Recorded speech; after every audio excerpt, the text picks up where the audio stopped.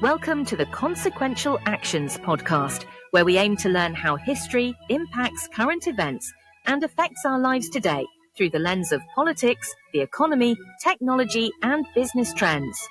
I may be an AI, but your host, well, he is not artificial in any way. Here is Jeff Kellick.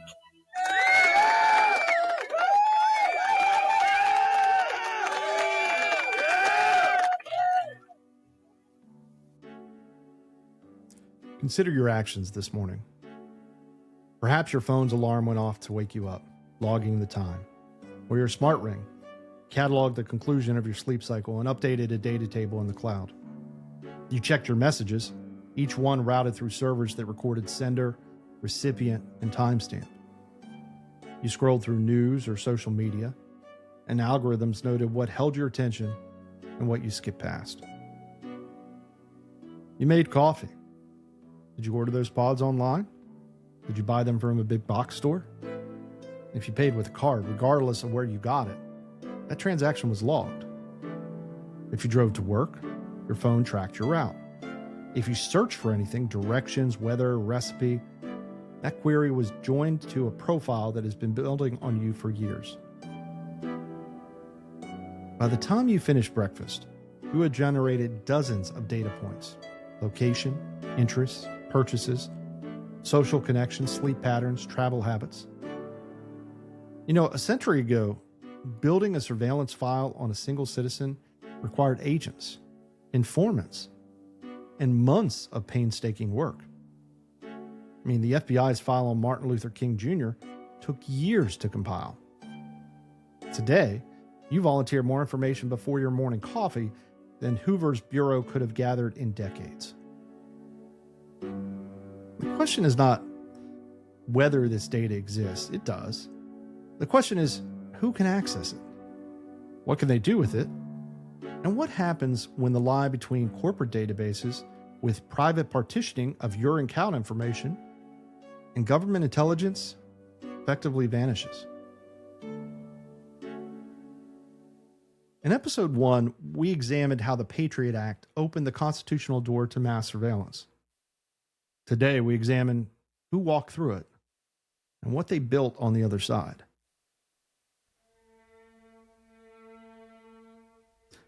I am Jeff Kellick, and this is the Consequential Actions podcast.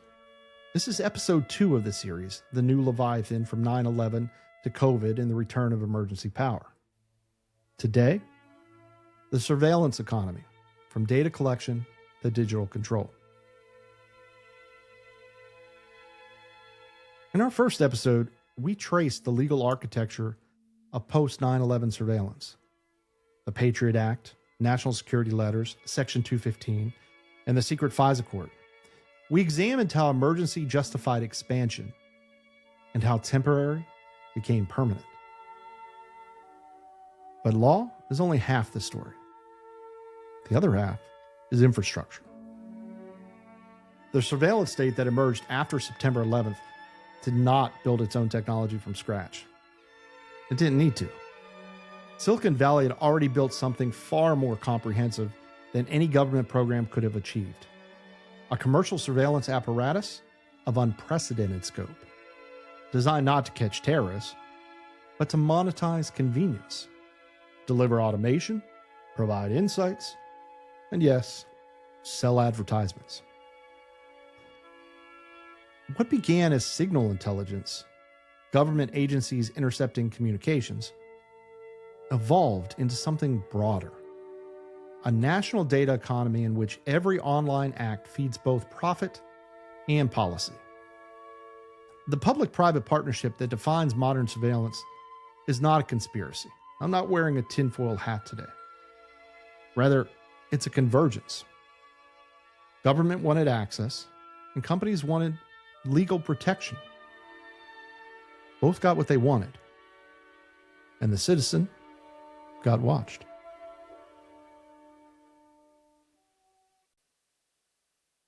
The National Security Agency, NSA, was founded in 1952 to conduct signals intelligence, intercepting foreign communications.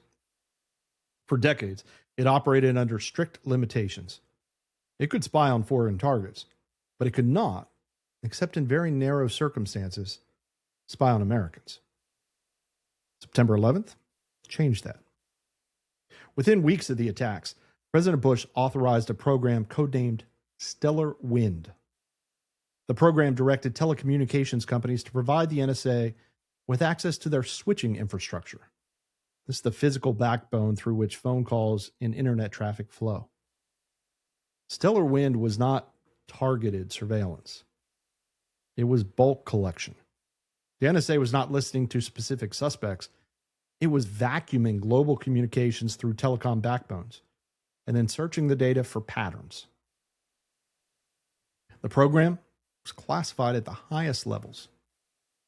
Congress was not fully briefed. The FISA court, the secret court established to oversee foreign intelligence surveillance, that was bypassed entirely. The legal justification came from the Office of Legal Counsel within the Justice Department, in memoranda that remained secret for years. When the New York Times revealed Stellar Wind's existence in December 2005, the administration defended it as necessary and legal under the president's inherent commander-in-chief authority. Critics called it unconstitutional. And Congress eventually had to pass legislation, the FISA Amendment Act of 2008, to effectively legalize a modified version of the program. But the full scope of what was occurring, it remained hidden for another 8 years. In 2007, the NSA launched a program called PRISM. Where Stellar Wind tapped telecommunications infrastructure, PRISM compelled cooperation from internet companies. Under Section 702 of the FISA Amendments Act, the government could obtain court orders requiring American technology companies to provide access to user data. Google, Facebook, Apple, Microsoft, Yahoo, the companies that had become the infrastructure of daily life were now required to serve instruments of intelligence collection. The orders came through the FISA court classified, ex parte, with no adversarial process. The companies then were bound by gag orders. They could not tell users that their data had been demanded. They could not even acknowledge the program's existence. The NSA called it bulk collection. The intelligence community argued it targeted foreign terrorists, not Americans. But the nature of global communications meant that American data was inevitably swept up. An email from a citizen in Ohio to a relative abroad, a video call between a student in California and a friend in London, all of it flowed through the systems the NSA could access. Then in June 2013, a 29-year-old NSA contractor named Edward Snowden flew to Hong Kong carrying thousands of classified documents. And over the following months, working with journalists at The Guardian and The Washington Post, he disclosed the existence and scope of programs the American public had never been told about. PRISM, Stellar Wind successors, X-Keyscore, a system that allowed analysts to search virtually any internet activity, upstream collection, tapping fiber optic cables carrying international traffic, and programs that collected phone metadata on millions of Americans. Programs that targeted the communications of foreign leaders, including our allies. I want to pause here and acknowledge the complexity of Edward Snowden's case and state a few indisputable facts. One, Snowden violated an oath of secrecy. He broke federal law. He disclosed classified information to journalists and, by doing so, to the world. He first fled to Hong Kong and then to Russia, where he remains today, wanted by the United States government on espionage charges. His defenders call him a whistleblower who revealed unconstitutional programs to the public that they had a right to know about. His critics call him a traitor who endangered national security and fled to an adversarial nation. Now, I'm not going to resolve that debate here or even color it with my own personal thoughts. What I will note is this. The American people learn the truth about their own government surveillance activities not through official oversight, not through congressional investigation, and not through the free press operating with access, but through the unauthorized disclosure of classified information by a contractor who then had to flee the country after the DNI lied to Congress in a public hearing.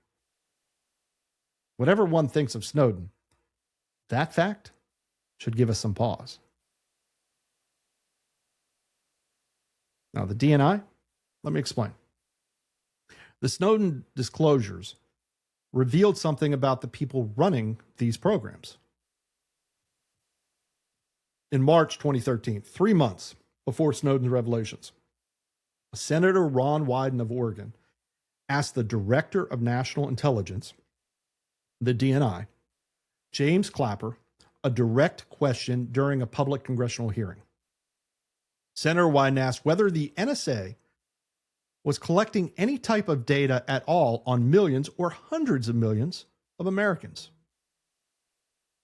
Director Clapper replied, and I'm quoting directly here, "No, sir, not wittingly." Last summer, the NSA director was at a conference, and he was asked a question about the NSA surveillance of Americans. He replied, and I quote here, "The story that we have millions or hundreds of millions of dossiers on people is completely false." The reason I'm asking the question is, having served on the committee now for a dozen years, I don't really know what a dossier is in this context. So what I wanted to see is if you could give me a yes or no answer to the question, does the NSA collect any type of data at all on millions or hundreds of millions of Americans? No, sir. It does not. Not wittingly. There are cases where they could inadvertently, perhaps, collect, but not wittingly. That statement was false. The NSA was collecting phone metadata on virtually every American. Snowden's disclosures proved it. Clapper later acknowledged this falsity. He called his answer the least untruthful statement he could make in a public setting. He then apologized. No legal action was ever taken against Director Clapper for lying under oath to Congress. He served out his term and retired with full honors. He's now a well-paid analyst on cable news channels and a vaunted expert on political opinion shows. Edward Snowden, he remains in exile. Unable to return to the country he stipulates he was trying to protect. I leave it to you to draw your own conclusions about what that contrast reveals about accountability in the national security state. But what Snowden's disclosures ultimately revealed was not simply the existence of specific programs. It was the disappearance of a boundary. The line between corporate databases and government intelligence effectively vanished. The same companies that knew your search history, your purchase patterns, your social connections, your location at every moment, these companies were now required to share that information with intelligence agencies upon classified demand. The surveillance apparatus did not need to build its own infrastructure. It simply plugged into the one Silicon Valley and us as technology consumers had already built. This is the critical insight for understanding the surveillance economy. It's not a government program or a corporate practice. It's both, simultaneously. The state provides the legal authority and legal immunity, and the corporations provide infrastructure and data. Neither could realistically achieve this level of visibility alone. Together, they achieve something unprecedented in human history: comprehensive, continuous, automated observation of an entire population. As I noted in our corresponding written article, the administrative state no longer needed warrants. It needed partnership agreements.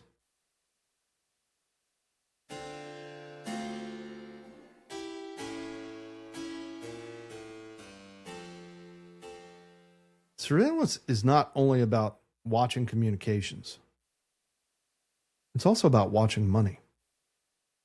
Section 311 of the Patriot Act gave the Treasury Department's Financial Crimes Enforcement Network, known as FinCEN, extraordinary authority. The Treasury could designate any bank a primary money laundering concern. Once designated, that institution could be cut off from the global dollar system. No trial, no hearing, no judicial review, just administrative decree. Consider what that means. The US dollar is the world's reserve currency. Global trade flows through dollar-denominated accounts. To be cut off from the dollar system is, for a financial institution, a death sentence. Now, this power was designed to target terrorists and traffickers, and it's been used for that purpose. But in the 2010s, the same authorities applied this to entire nations: Iran, Russia, North Korea, and also to individuals accused of sanctions violations, tax evasion, or other financial crimes. Economist Peter Schiff warned in 2012, the dollar has become a weapon of policy. Now, think about what that means. It's complex, but think about what that means internationally.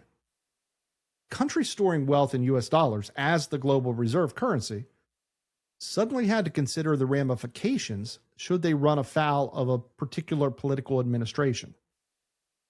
Your entire wealth could be frozen if you had a disagreement with a US president. This affected the entire economy. I mean, personally, I have had past clients in countries such as Egypt, where these types of policies hindered our own ability to collect payments for legitimate business purposes. The commercial entities were unable to conduct transactions in US dollars, and the local currency was so volatile, we had difficulties financing any long-term projects. This effectively threatened to exclude Egyptian businesses from working in and with the international market, which furthered their own debt crisis. This brings into question the agnostic value of the currency itself. If your savings and liquidity can be immobilized for political reasons, then perhaps an alternate form of currency would be more flexible and preferable. The weaponization of finance then may ultimately undermine the very dollar dominance it was ostensibly designed to protect.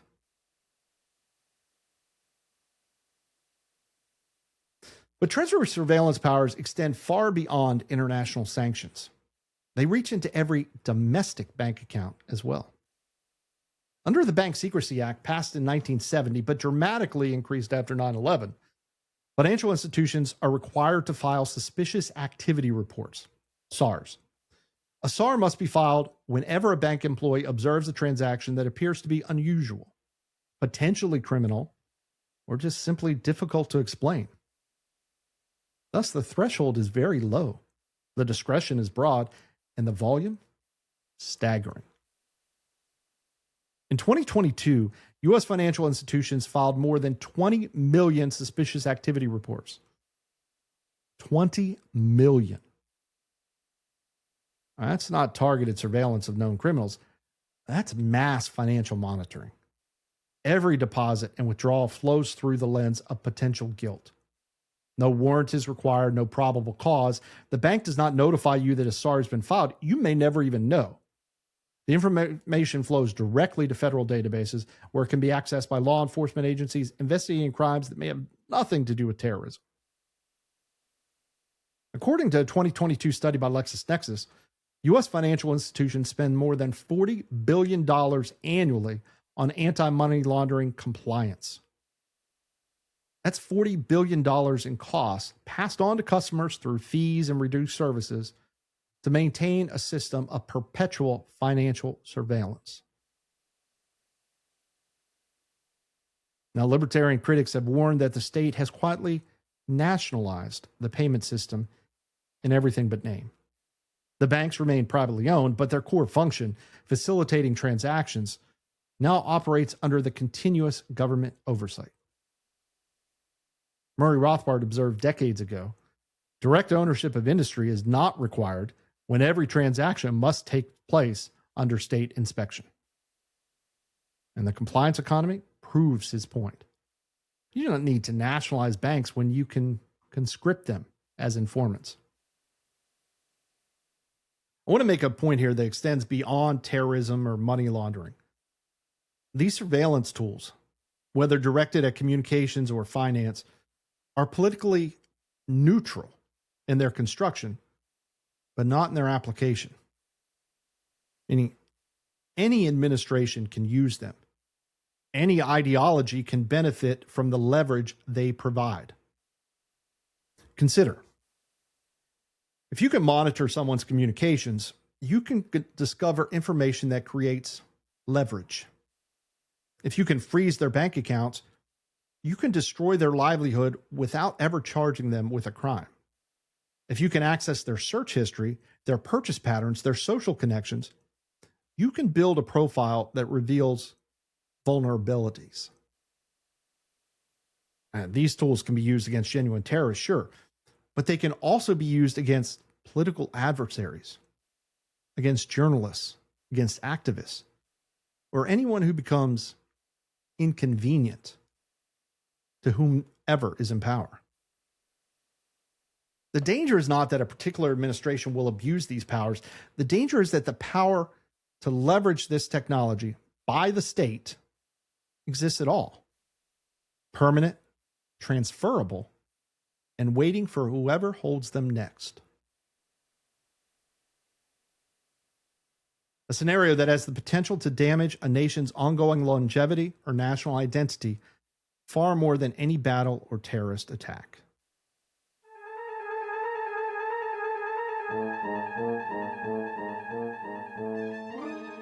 In the early 2000s, internet companies insisted they were private actors, not platforms, not publishers, facilitating communication without controlling it.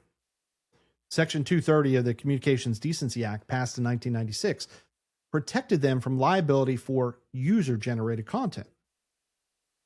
But by the 2010s, that self-understanding had changed. Under pressure from governments, advocacy groups, and their own employees, technology companies became something new. Quasi-regulators, policing speech, payments, and identity under federal guidance. The transformation was gradual. It began with terrorism. No one wanted their platform used to recruit for ISIS or distribute bomb-making instructions. So content moderation expanded to address genuine harms. But the definition of harm expanded too. Hate speech, misinformation, election interference, public health misinformation. Each category broader than the last, each requiring more aggressive moderation, each bringing platforms closer to government priorities. Is it hate speech to criticize a government's policy of funding and providing military arms to an ally? If so, should those in opposition to a political stance then be jailed?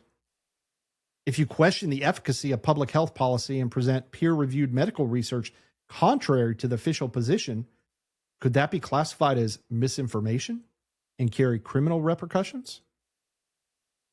In the United States, we have the First and Fourth Amendments to protect against this slippery slope of authoritarianism, the protection of free speech from and also the protection from unreasonable search and seizure of one's personal information. If these protections are allowed to be ignored, we do so at our own peril. In April 2022, the Department of Homeland Security announced the creation of the Disinformation Governance Board. Its stated purpose was to coordinate counter misinformation activities across federal agencies. The announcement provoked immediate backlash from across the political spectrum. Critics called it the official Ministry of Truth, a reference to Orwell's 1984. They warned that government board dedicated to identifying disinformation would inevitably become a tool for suppressing dissent. Within weeks, DHS suspended the effort, and by August 2022, the board was formally disbanded.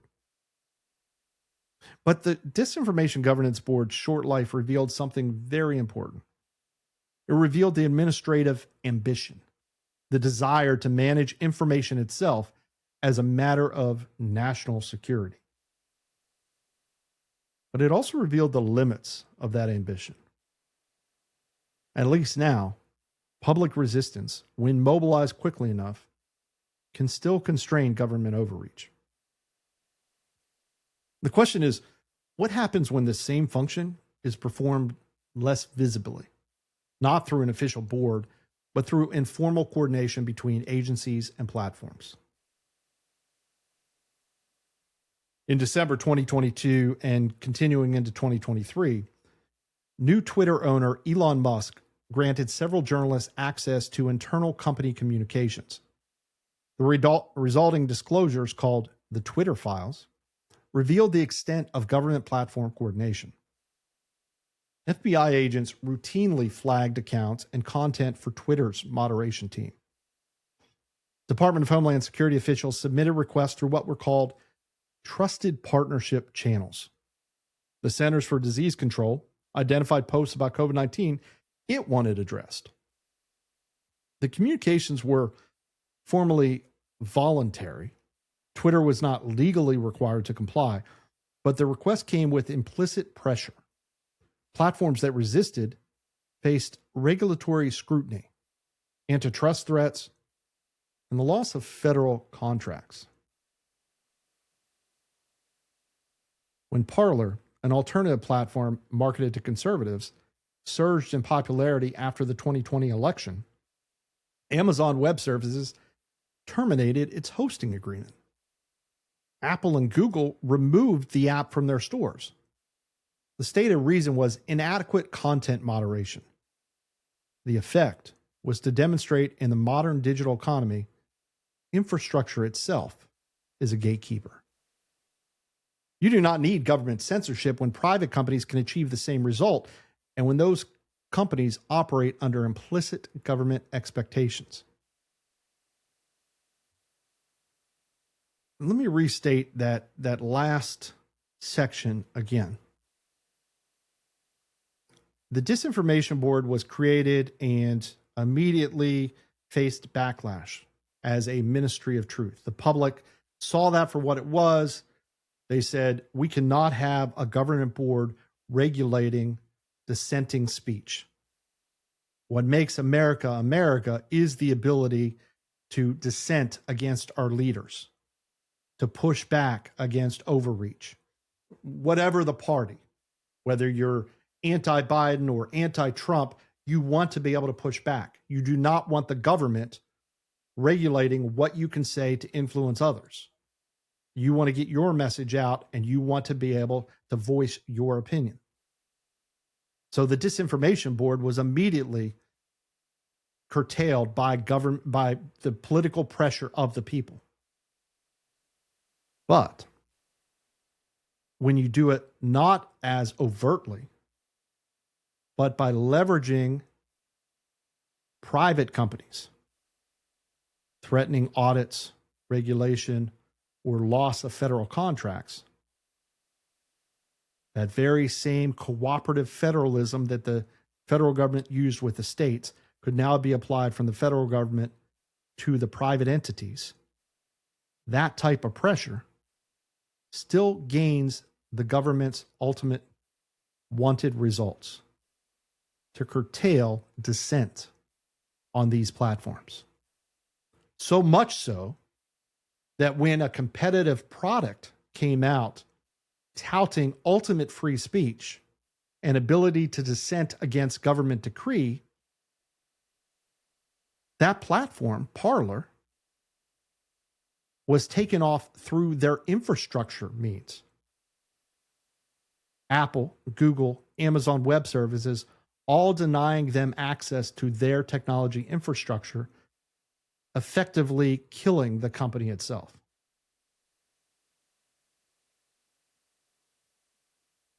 Again, an overt board, the people push back against it. But more covert means of pressuring private entities worked effectively. That's the story. That's the message that came out of that time period. The disclosure of the Twitter files became just as important as the disclosure of the Disinformation Board, arguably just as important as the disclosure of what the national security state was doing with Stellar Wind and PRISM.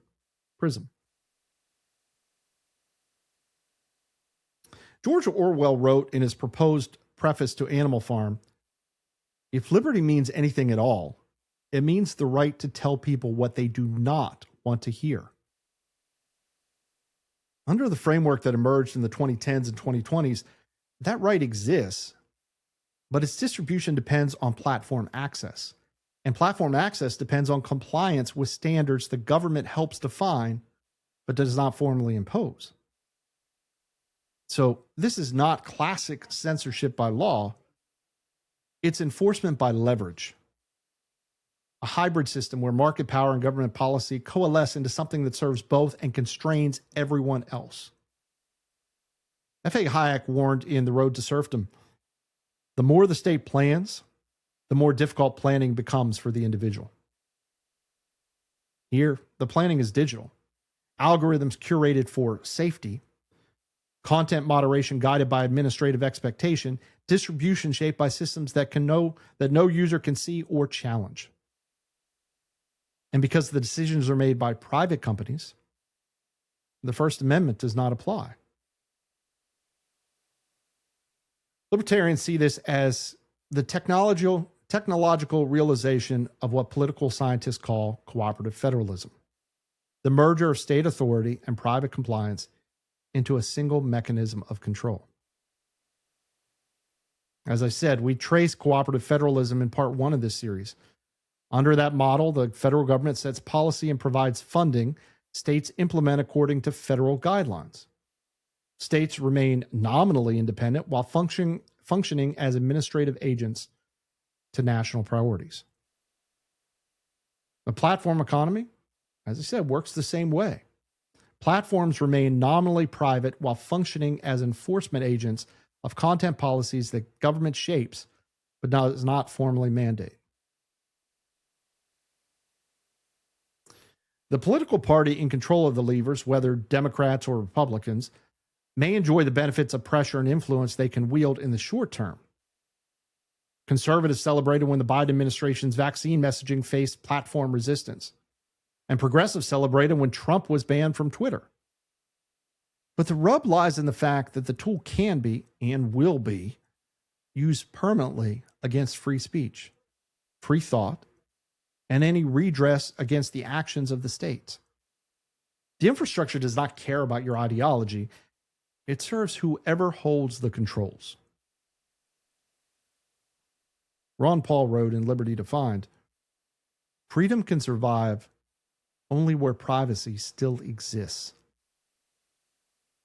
Their surveillance economy, combining government intelligence, financial monitoring, and platform moderation, represents the systematic elimination of that privacy. Not through jackboots and secret police, but through terms of service and API access.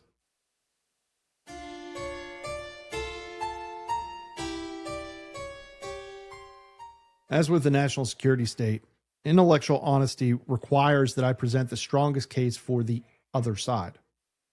Technology companies face demands that are, in some ways, impossible to satisfy simultaneously. I'm going to present their defense of working with the state, which, let me be clear, is what we are talking about here. We are not talking about the ability for this technology to exist or to be banned in any way. I am a technologist. In fact, I've worked with the physical security and surveillance industry for the past few decades. I believe in the power of, the benefits of, and the freedom to leverage technology in order to improve the quality of life and to protect persons and their private property. The question we're discussing, rather, is whether this technology can be or should be allowed to be leveraged by the state, capital S, the government. So here's the technology industry and state collaboration defense. presented as fairly as I can state it. First, platforms face genuine harms. Terrorism recruitment is real. Child exploitation material is real. Incitement to violence is real. These are not hypothetical concerns. They are documented problems that platforms would be morally and legally liable for hosting. Second, when platforms comply with lawful FISA orders, they are following the law. Section 702 orders are issued by federal courts. Resisting them would be illegal. Apple did resist the FBI's demand for a backdoor into the San Bernardino shooter's iPhone in 2016. The company took significant criticism for that stand. Tech companies are not monolithically cooperative with government demands. Third, platforms publish transparency reports documenting government data requests. These reports show the scale of government demands, but they also show companies frequently do push back, narrow the requests, and require proper legal process. Fourth, many platforms have expanded encryption. Signal, WhatsApp, and iMessage offer end-to-end encryption that even the companies themselves cannot break.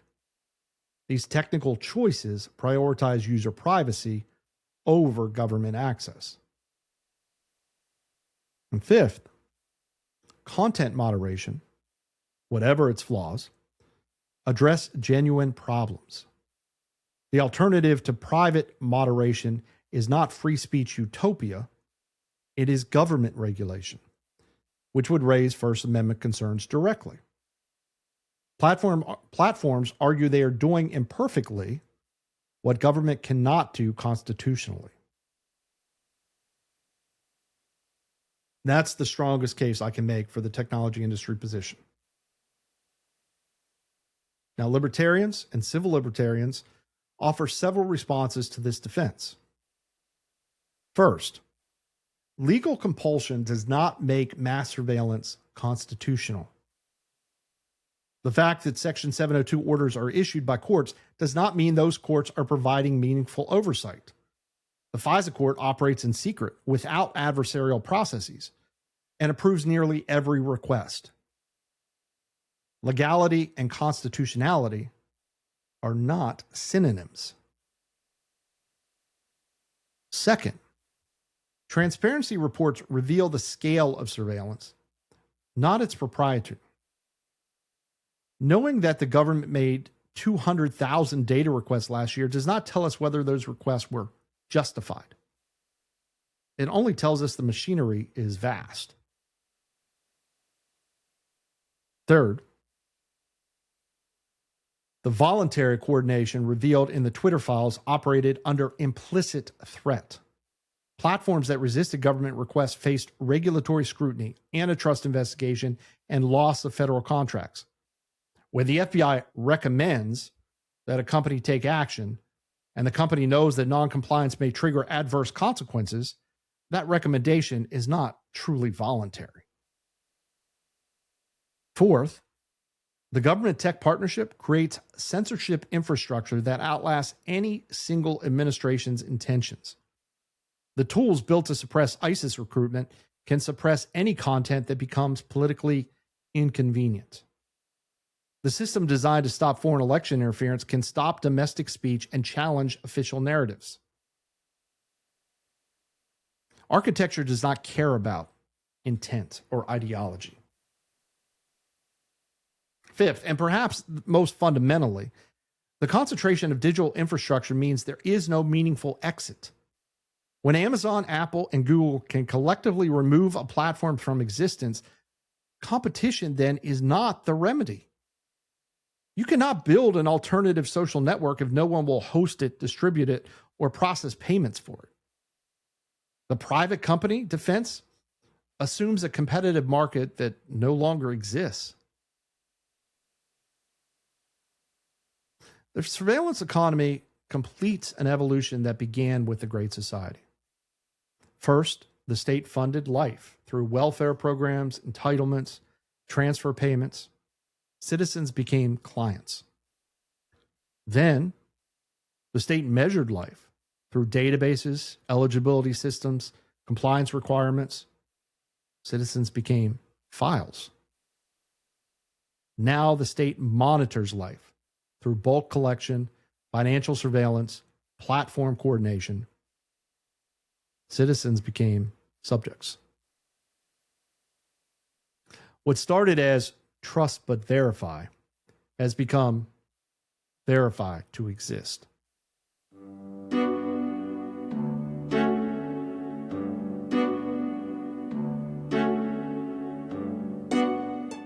We've covered substantial ground in this episode, so let me draw together the central threads.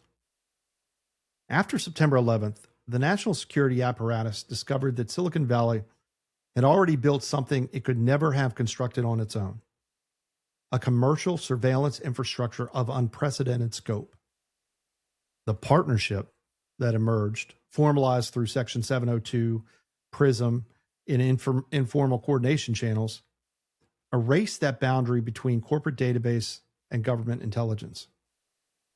The compliance economy extended that surveillance to finance. Banks became informants. Every transaction became a potential report.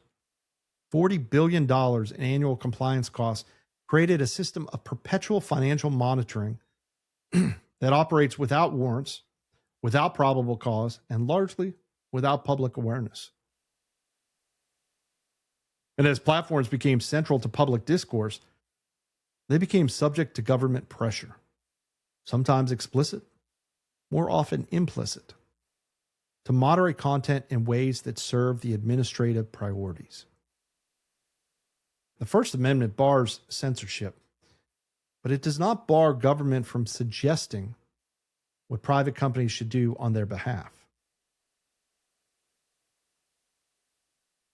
The libertarian diagnosis of this system is pretty straightforward. Freedom requires the right to act unobserved, to think, transact, and dissent without pre-clearance. When observation becomes constant, freedom shrinks to whatever remains unseen. The surveillance economy does not abolish liberty, it administers it. Next time, on episode 3, Monetary Alchemy, the Federal Reserve and the Age of Perpetual Crisis. We'll explore how monetary policy replaced fiscal discipline, how fiat liquidity funds both welfare and warfare, and why libertarians argue that sound money is sound governance. From the closing of the gold window in 1971 to the COVID-era balance sheet explosion, we will trace how the Federal Reserve became the fourth branch of government and what that means for constitutional accountability. Thank you for joining me on this journey through constitutional history. I am Jeff Kellick, and this has been The New Leviathan, from 9/11 to COVID and the return of emergency power on the Consequential Actions podcast. If you enjoy this type of content and exploration of history, be sure to subscribe to our Substack page at consequentialactions.com and check out our written articles as well, from a corresponding article series on the New Leviathan to our prequel series on the General Welfare Clause, as well as detailed analysis of U.S. political theory, economics, and technology. We continue to post articles and welcome your participation at consequentialactions.com, or follow me on X at jkellick. Until next time, have a great day.